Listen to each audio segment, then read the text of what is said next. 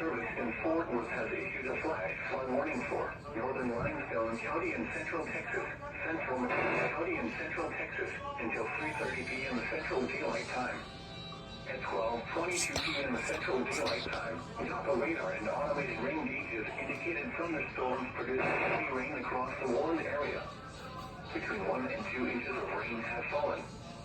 Flash flooding is ongoing or expected to begin shortly.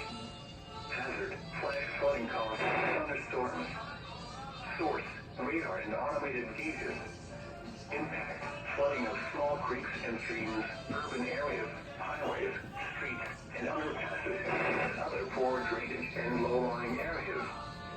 Some locations that will experience flash flooding include Waco, Delmet, Woodward, Mejia, Lacey Lakeview, McGregor, Valley Mills, Coolidge, Crawford, Colesburg, North Granite, Lake Waco, Lake Mejia, Fort Parker State Park, China Spring, Golson, Leroy, Ross, and Tahunacana. Turn around. Don't drown when encountering flooded roads. Most of flood deaths occur in vehicles. Be aware of your surroundings and do not drive on flooded roads.